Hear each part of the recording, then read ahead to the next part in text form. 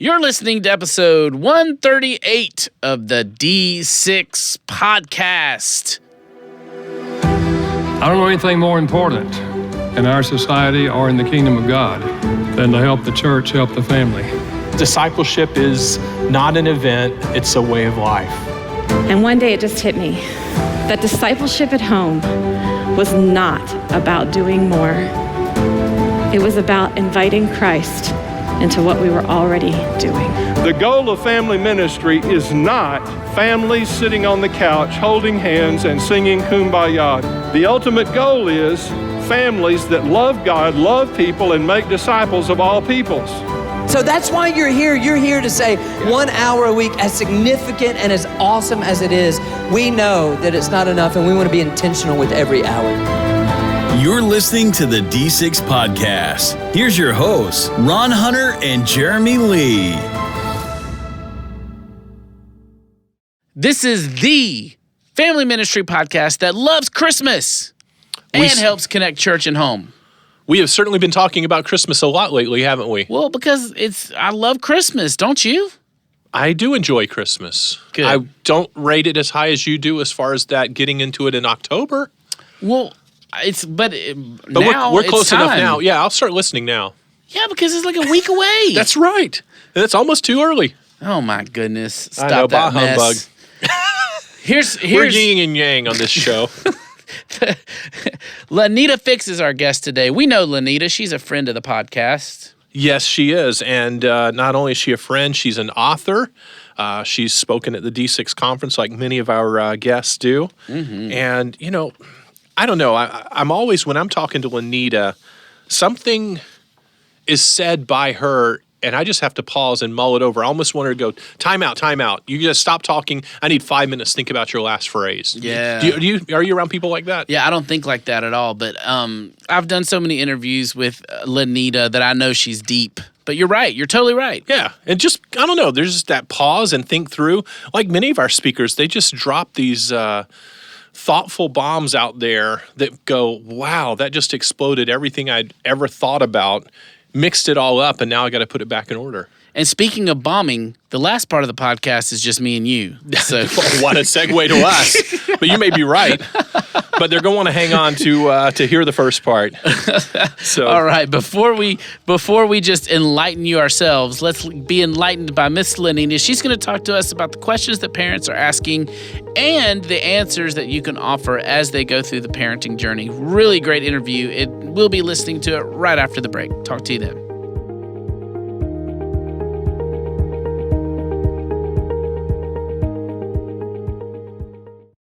D6 Curriculum is a comprehensive discipleship strategy for all ages in your church.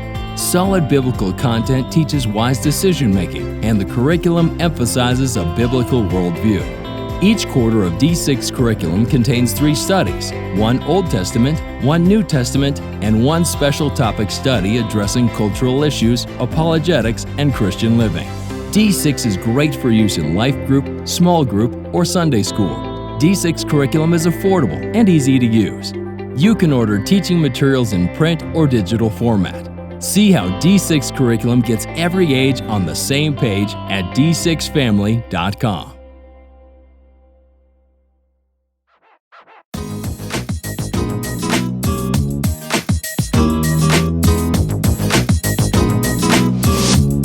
Hey, everybody, you got to know Leneita Fix. Come on now. We just talked about this. This is our 5th interview together. She's got this really cool new gig she's doing at an aquarium. We just talked about pufferfish. Did the pufferfish eat the stingray's eye, or did The pufferfish got into the bin with the stingray because we were moving facilities and got stressed out and ate the stingray's eye. Yes. Well, she does all kinds of ministry stuff, but lately she's been doing some stuff at the aquarium, and she's been working with angry pufferfish. That's right. So and angry kids. So. Oh man, Leneita Fix has been with D6 for quite a long time now. She loves to speak, empower, equip, write for adolescents and all who support them. Her book is called The Beautiful Chaos of Parenting Teens, and her joy is serving with her husband, John, 3 teenage kids, and a niece in sunny Florida, which is why you find yourselves with pufferfish. That's right. Because you live in Florida. That's because we live in Florida. I mean, Right. not many pufferfish in Tennessee. No, probably not. So, look, I joke with Leneita. I can give her any topic and she can answer questions on it. So this time my topic was going to be about questions because I thought to myself, I would love to have a resource where family ministries could come together and really listen to it together and try to understand the stuff that parents are going through. Right. And I feel like you have worked with parents in every stage for long enough, right? Right. That you can give us some of this experience. So if you don't mind, I want you to be our guide in the minds of parents. Because I if we're would love to trying do to that. connect with and reach parents, we need to get there. So what are some of the questions as a parent that you have been thinking about lately? Let's start there. So I was thinking about this because we were talking about it before, and I was thinking about whether or not I should really say this out loud. So Do it! That So- always means it's a good answer. I have a junior in high school, currently a senior in high school, and a freshman in college, and then a 25-year-old. And so for the senior, he is a boy and very different from his sister who graduated last year. So my question about that is, will we make it through his senior year? And will he be able to survive life beyond high school? Like, will he be able to go to college and remember things like eating and that you do your laundry and don't just keep buying underwear? You actually have to do laundry. My 16-year-old the junior has had a really kind of just rough couple of years, just a lot of insecurities, and it's been a really hard time. And so I think like the question we're constantly asking is, how do we help her see her identity in Christ? Like, how do we really help her tangibly understand what that means? Because you can say to your kids over and over again, your identity's in Christ, and you know, that's just really hard to be tangible. So those are probably some big questions that I'm asking myself right now. Perfect. All right, now let's go through the stages then. Okay. Parents of babies and toddlers, what are they dealing with? What are the questions they're asking? Will I ever get sleep? Ever again? But I think realistically, we live in kind of a scary world right now. I often will say to parents that I actually don't think the world is any scarier than it was 20 years ago, but our access to understanding how scary it is moment by moment Wow, yeah, is that's good. a lot clearer. Now, it just happens quickly. So even when I was a parent of my kids when they were babies, I had a flip phone. I still had to go from a computer to the phone. I had to go to a television screen. Mm-hmm. I can remember turning on the TV and watching the plane hit the Twin Towers. But it was because I happened to be up early with my baby, actually, watching the news. Now, within 5 seconds of something happening, it's live streaming. We're seeing the victims. We're seeing what's going on. And we know a lot more about what is going on in the world. And so I think especially parents of babies want to know, will my kids grow up and be safe? Will the world be safe? How do I take care of them? How do I raise my kids in a way that they can really understand who Christ is? I think a real, this sounds dramatic, but I do think a real question of parents of babies now is, when they're adults, how will it be to be a follower of Christ? Like, what will that look like? And so I think that it's a very nervous time to be a parent of babies. That's good. Thank you. What questions are parents of elementary kids asking, and what are some answers we can offer? I think that the elementary years, we've become a world that is constantly focused on how to help our kids excel. And so a lot of that comes down to, there's a statistic out there that says the price of college has gone up 250% in the last decade. And there was an interesting report that came out a couple years ago that said the price of things we don't need keep decreasing while the price of things we do need keeps increasing. So the iPhone XL, who even came up with that name, by the way? But that within 6 months when the new one comes out, will have gone down to this super affordable price. And yet we can't afford to send our kids to college. We can't afford to send our kids to the next stage of life. We don't know how to train them for the future. And so all of that to say that I think the elementary school becomes this, how do I get them in the thing that will pay for their future? Soccer, sports, music lessons, theater, 900 things of that. And I think it's different than it used to be where parents were just forcing these things on their kids because they wanted them to be busy. I think it's intentional now. And so I think the question is, how will I help them get to their future? And am I spending enough time with them? And will I be able to get them what they need? It's interesting. I had a conversation with somebody recently that was pointing out, it was a teacher actually, that was pointing out that millennials, when they were kids, they still primarily had parents who one of them stayed home or one of them worked part-time. Both weren't working full-time. Now, between 70 and 80% of two-parent households both work out of financial necessity. So because of that, they were able to experience a lot of things. Really cool summer vacations, really intentional things, going to the park, things like that. There's no longer time for that in their own family, so they want their kids to have those experiences somewhere. So they schedule them. So the question is constantly, how can I help them have a happy childhood? How can I help them prepare them for the future? I think the question we have to answer for them, it's going to sound very simplistic, but to really help them understand Christ loves their kids more than they do, and he wants a better future for them, more of a future for them than they do, and it's going to make far more impact on their lives for them to be a family and do things that they enjoy as a family. Those are going to be far more impactful than them spending a Saturday learning a skill, whether it's an instrument or a sport.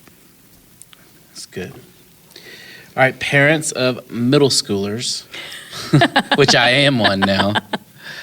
Why don't you tell me what questions you're asking? Got lots of questions. Tell me what questions you're asking, and then I'll tell you none of the answers, because that's a really hard No, age. it's not. You're not interviewing me. We're not doing that, especially not on this topic. So what are parents of middle schoolers asking, and what are some answers we can offer?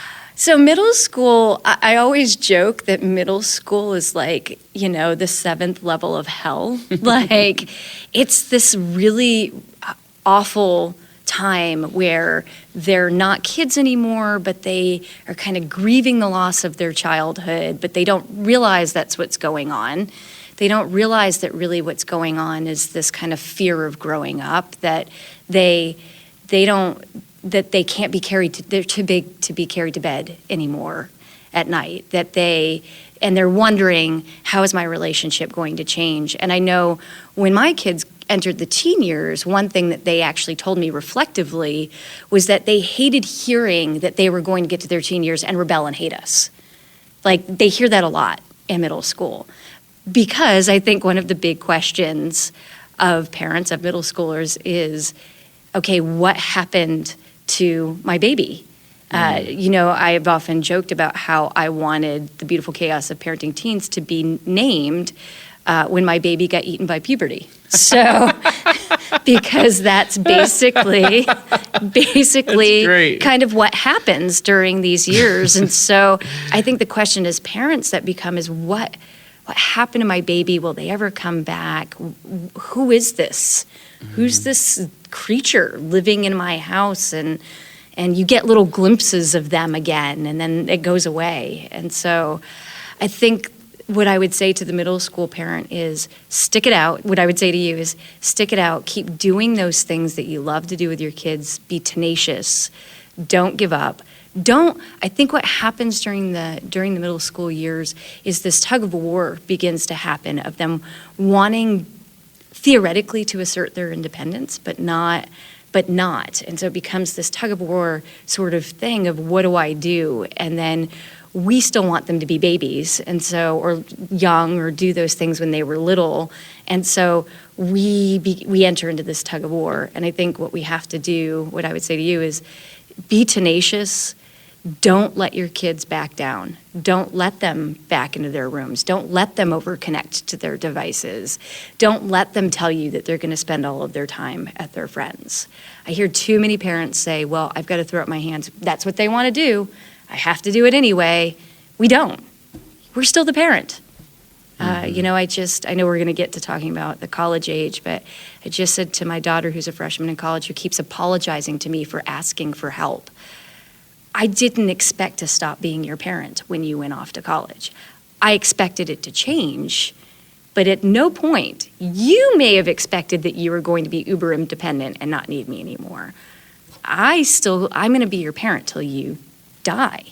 Our relationship will shift, but I'm still going to be your parent. And so in middle school, I think that's the point where we have to kind of like hunker down and really say, okay, I'm going to stick it out because it's not fun. I love it. Okay, now let's move on to high school. Okay. Parents of high schoolers, what are they asking and what are some answers we can offer? I think high school is the moment at which you begin to hear the clock tick.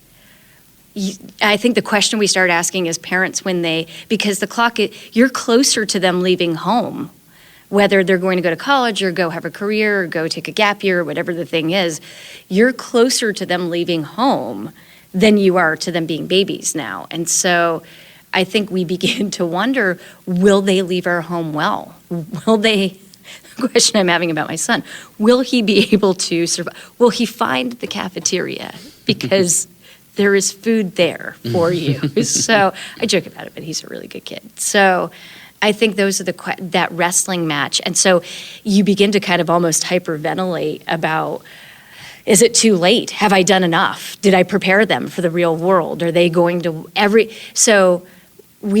are they going to rebel? Do I have to accept rebellion? And I think that's the piece that I would say is that we don't have to accept rebellion. There is nowhere in the Bible that it says, and when your children get to therefore thus age, they will be able to rebel and it's okay because they'll come back. Rebellion happens and we can't keep it from happening sometimes because we all have free will and our children have free will, but we don't have to accept that it's inevitable. And I think that's what I would say to parents is very similar to middle school. It should start middle school. And so it's very funny. We've had multiple teachers and coaches come to us and say, this sounds very proud what I'm about to say, but ask us the question, how do you have such good kids? Like, they love you, they love family time, they love Christ, like, they're smart, like, how do you have such good kids? And we kind of joke, we're like, well, I don't know, it just sort of happened. But my husband and I started thinking about it. We have tenaciously pursued our kids. We have not let them go to bed angry. We have apologized. We have told them that we love them. We have showed them that we love them. We have not backed down from doing those things that it will take to teach them how to be good adults. And good adults is the wrong way of putting it, but be powerful adults for Christ. We have not backed down. Now, I can't control whether or not they're going to do that, and that is heart-wrenching and really difficult, but but that's what our goal is for them when they leave home. Very good. Okay.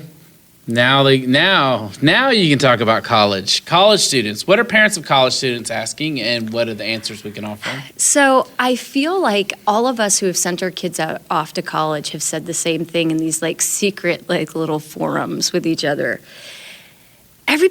So people don't really talk about going off to college because people try to tell you things like it's so good and they're so ready and they're so wonderful. And I actually texted someone, if I have to hear one more person tell me that she's going to do fine, I'm like literally going to punch him in the face because I know she's going to do fine.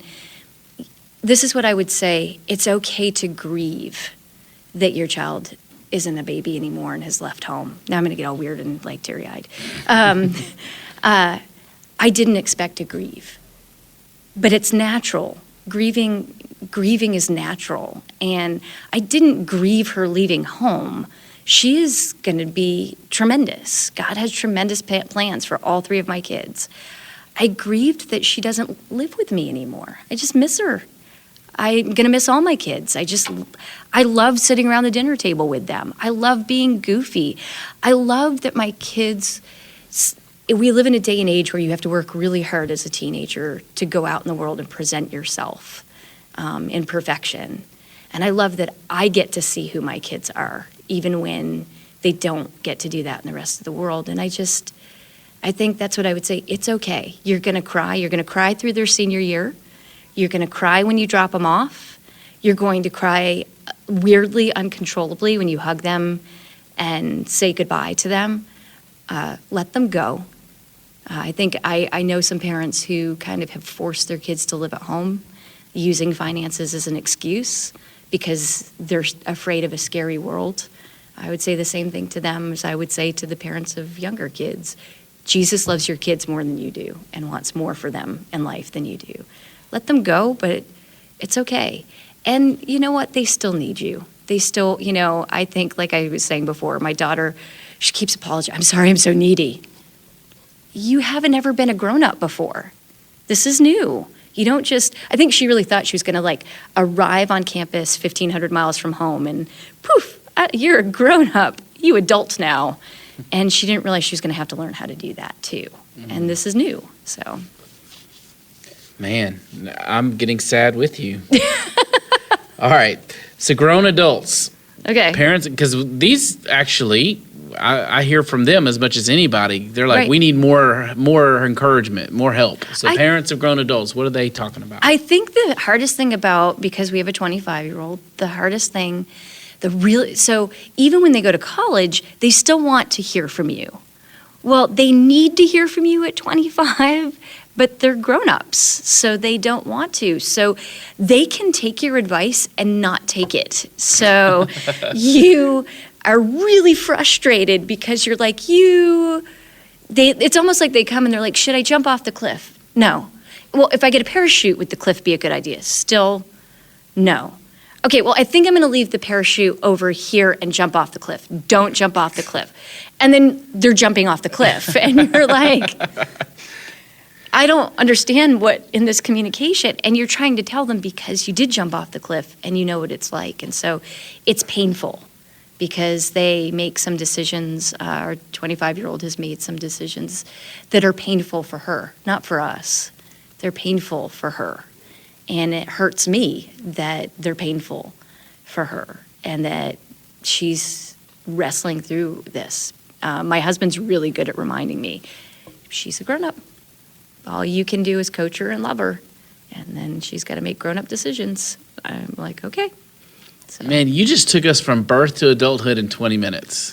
Way to go. That was impressive. I know. I was worried. I saw these questions and I was like, okay. You've done it. You've done it. We are now there. Now, listen, those of you who have listened to her and her wisdom, you know that Leneita has something to say. Well, she has said so much in her book, The Beautiful Chaos of Parenting Teens. Tell them about the book and hopefully inspire them to go to Amazon or to go to d6family.com and grab it today. So I ridiculously never tell anybody about the book, but I think what I loved about writing the book is this. It's meant to help you connect with your kids. It's really for elementary school up. I think that there are probably some things in there that parents of babies and toddlers could take away, but really for, I would say, 5th grade up is really who the book's for.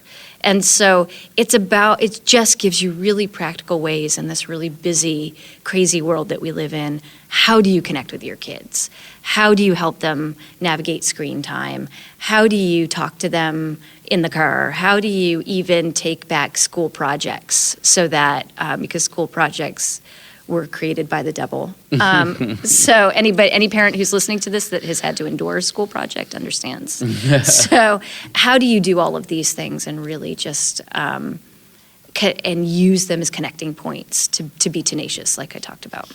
Her name is Leneita Fix. Her book is called The Beautiful Chaos of Parenting Teens. Hey, thanks for being with us. Thank you so much.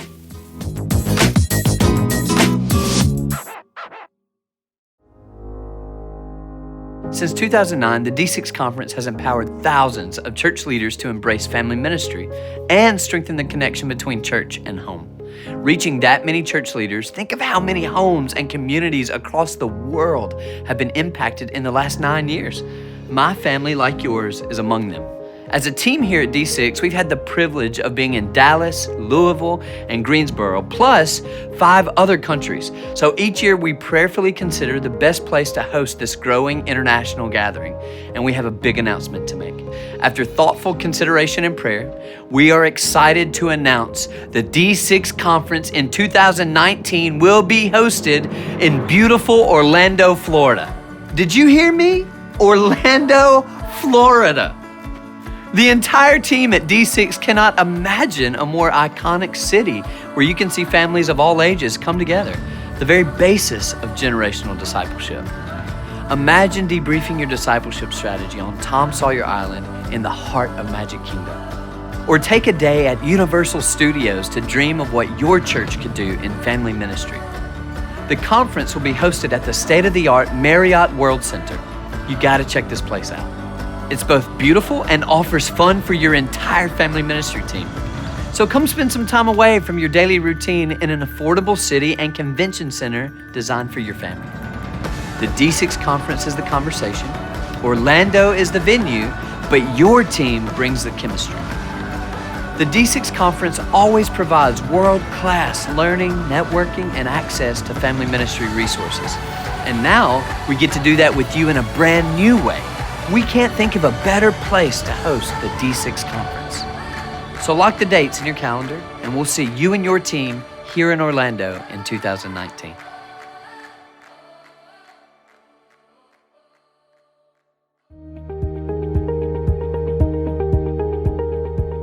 Well, I think we understand Leneita's expertise here in this area. In fact, she's becoming quite an expert in Generation Z, and that's a generation that's still, what's the word? Emerging. Yeah. That's probably the We're word. still learning. Yeah, and so the reason why they're assigned a letter, like in previous generations, until a name is formed that fully defines their whole generation. And we'll find that at some point, but she's jumped in early where most people with millennials jumped in very late. So she's not only an expert in parenting in those areas, but also in the younger generation. She's paying attention. And she talked in your interview about the kids asking questions. When our kids are born, they're always, hey, what about this? Why that? Why that? And do you remember when your kids were that age? And yeah, we got tired of the questions. I mean, there were a bazillion of them in 5 minutes. That's right. And you're right. The kids still ask questions. The question is, who are they asking the questions of? And I hope they're still engaging their parents and they trust their parents as a source. But our kids have a lot more sources to go to online, Google, their friends. And, I think the one area we've got to do is cultivate within the parents the ability to be a safe spot for their kids to come and ask questions, and the parents have to be able to respond not only with opinion-based, experience-based, but biblical-based answers. And if you're listening out there, that doesn't come easy. I mean, being able to quickly bring up a common biblical topic to answer your child can somewhat be intimidating or hard, but if you happen to be using our devotional study guides, part of our D6 curriculum, or you're getting the lessons that's being taught in church where we align the family, there's that natural segue that, like Leneita was talking about, when the kids start asking questions, you now have a common reference point to point back to because you can say, oh, well, we're all studying the same theme. We're all in, 1 Samuel, whatever, or we're in, Ephesians chapter 4 or whatever passage we're in. Yeah. And we just need that reference. Well, mom and dads need help to point those conversational questions back to a good rooted place in truth. Well, and another thing I love about the D6 curriculum is that it also helps the questions, not just that the kids are asking parents, but that the parents are asking Yes. for themselves, because we recognize, I think one of the things that we don't that we could do a better job in the family ministry movement is recognizing that parents are figuring out their own relationship with God. They're like, I'm trying to understand this myself. So that's one of the reasons why they kind of tap out sometimes of influencing and leading their kids spiritually, because they're like, I don't even know if I've got this figured out. And if I don't have it figured out, I'm much less confident to share it with my kids. That's right. So what we like to say in this journey, pastors always ask the question, at what point can our parents start teaching their kids? At what point can our parents start being involved in church? I'm like, day one. Day one. So as long as go back to the Jana Magruder interview we had. What's the number one developer? Being in the Bible every day. Well, if we put mom and dad in the Bible every day and we put their children in the Bible every day and they happen to be reading the same material, there's common ground. That's what D6 curriculum does. It gives common ground for those natural conversations to just happen, to cascade into part of life.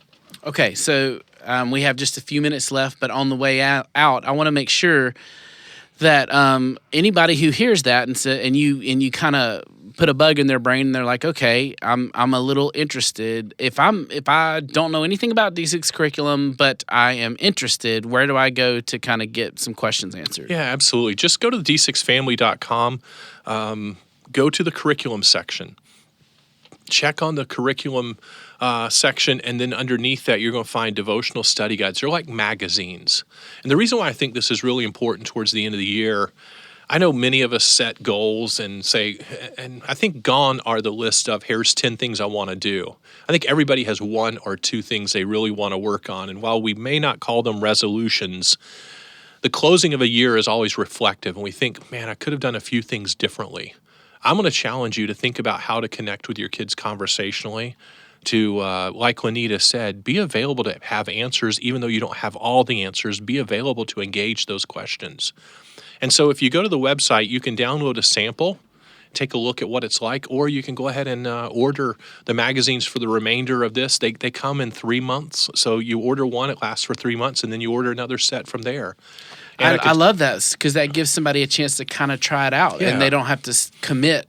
It's $0. Yeah, $0 for the download on that one, and you can take a look. But I can tell you, the cost of the magazines are the cost of a Starbucks cup of coffee. Be a larger size, but it's still right there on that item. And I know I buy a large cup of coffee from Starbucks 2 or 3 times a week. We're talking about this once every 3 months to give yourself a natural connection to your family.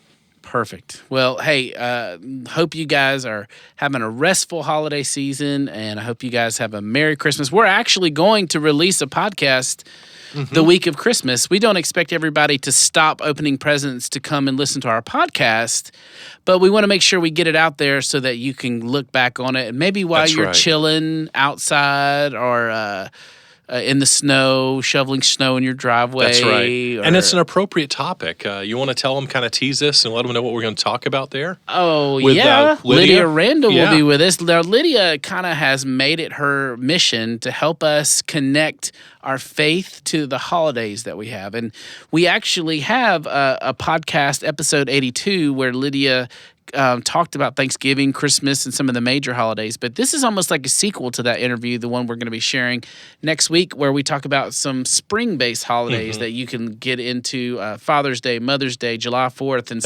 some things that you might not have thought about infusing faith into. She helps us really get into that, and it's kind of cool. That's right. Now, let me tell you the other guest for next week. We've interviewed Rob Reno more than once on this podcast. Yeah, absolutely. We've interviewed Amy once, to my knowledge, on this podcast. But, part of the mark of what these writers and speakers are talking about and doing is evident in their kids. So we have their second oldest. Every one of their kids are doing wonderful, by the way, but their second from the oldest is Lissy Reno. We got a chance to hear her deliver a very powerful message on the D6 Connect tour. And so soon after that, I interviewed her. And here's what she talked about, both here and, by the way, she spoke in Singapore, at the D6 Singapore, Jeremy. Oh, wow. So that was really good. She went to Singapore, and she spoke there because Rob and I were key speakers in that. And so Rob talked to the conference director over there, and I vouched for Alyssa that she has a terrific message. Man. But here's here's the cool thing, and I'll tell you, we're working on a project with her that's due out next year, potentially, and I know I'm committing to something that's really, really early. But when I heard her talk, here was her topic. Here's how your children, or here's how your teenagers or children are thinking when there is friction in the home, and when you're trying to communicate one thing, here's what your kids are hearing. And so I asked her to think about her talk and a potential book in the eyes of the interpreter between the parent and the teenager in communication. Here's what you think you're saying, here's what they're hearing, here's how to better connect. And because she's right at that age, at 19, she's still connected enough to those teenage years to remember some key moments and help people out. And right now she's in the middle of her freshman year at college, right here in Nashville, one of the Christian colleges. Wow. And so I think every parent out there needs to hear what Lissy has to say. That's awesome. And we'll have that for you guys next week. I hope you have a Merry Christmas and hope you have a great week of ministry or resting or vacation or whatever you're doing. That's right. Have a great week.